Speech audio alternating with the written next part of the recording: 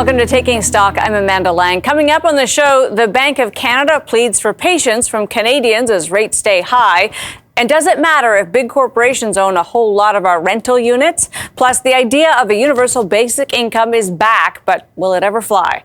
That's all ahead. First, for the week that was in business, it's time for the briefs. Canada's central bank held interest rates at 5% this week and signaled that while its focus is now shifting to how long to stay at that level, it also reiterated that it doesn't see inflation coming back to the 2% target until 2025. In other words, while rates might moderate slightly in the year ahead, the bank is cautioning against expecting too much relief. Our deliberations are shifting from whether we've done enough to how long we hold.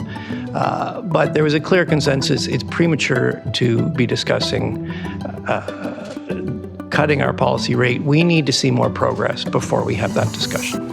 The recession bandwagon got more crowded this week as more economists said Canada is likely already in a recession, and a few even forecast a so-called hard landing, meaning a recession that will hit jobs and businesses harder. If there's a silver lining, a deeper recession could help finish the job on inflation and allow our central bank to contemplate rate cuts sooner. Maybe it's obvious, but high interest rates hurt more the less money you have.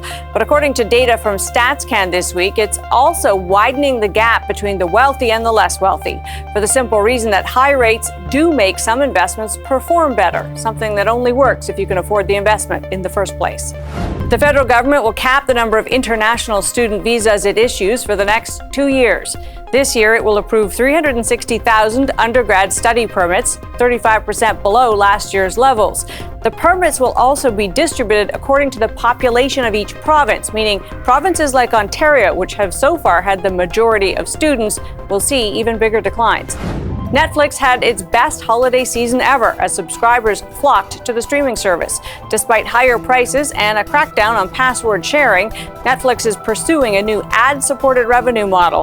This week it announced a $5 billion deal to bring live wrestling to the platform. In what looks like a Hail Mary pass, China may be considering trying to prop up its stock market. The central government is believed to be close to a $280 billion plan that would see state-owned enterprises buying stocks. Most market watchers don't think that will work, but it speaks to the frailty of the Chinese economy, something of great concern to the whole world. And those are your business briefs.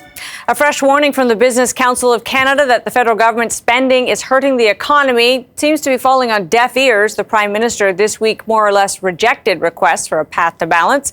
Goldy Hyder, President and CEO of the Business Council of Canada, joins us now. Goldie, thanks for being with us.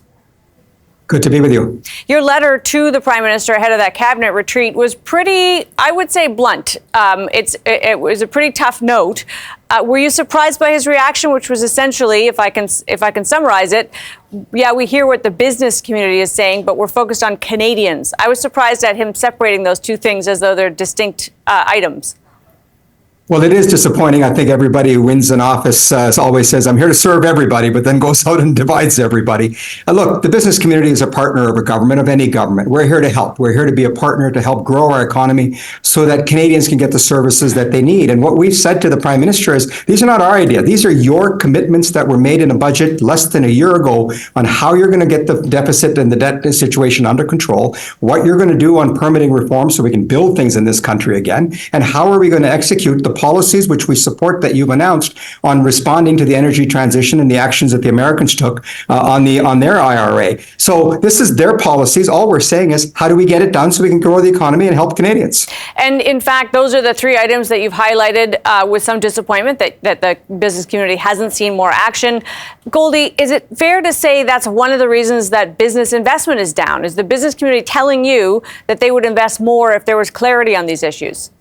Yeah, it's more than fair to say. I was just with over 120 CEOs of the leading business in this country who've said, without regulatory certainty, some predictability around the timelines, Canada's becoming a difficult place to invest. And the government will say, oh, but our FDI is so high. Yeah, when you're giving out all the subsidies to foreign companies, of course FDI is going to come in as part of the success of that. But we have a long ways to go to get to the place where we build confidence in our economy, that Canada is a place where you can invest reliably, predictably, and that you can get things done and build things in this country again. let's do it together is our message to the government. We're not on opposite sides here. We're all in it together, as he says.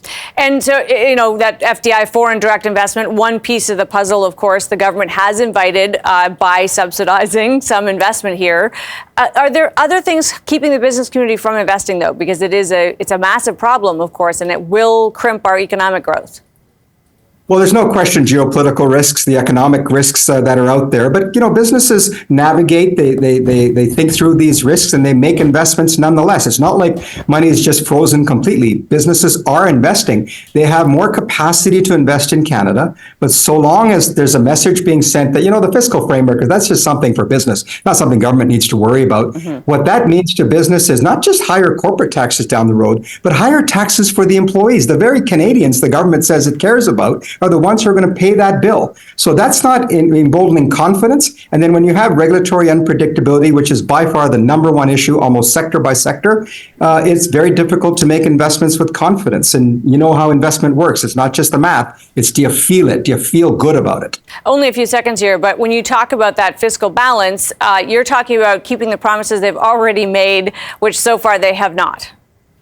Yeah, they have a spending problem. Every year they miss their targets on the spending side by at least 5%. And budgets are going to announce more spending. So our thing is, you keep talking about all the spending and all the investing. You got to pay for it. This is not about austerity. This is about sustainability. How do we make sure the commitments government makes for Canadian programs are viable and sustainable in the long run? And the only way to do that is to make it affordable. Goldie, so good to have you. Appreciate your time. Thanks for having me. Goldie Hyder, President and CEO of the Business Council of Canada. Coming up, big investors are buying rental properties across North America. Is it time to sound the alarm? Stay with us.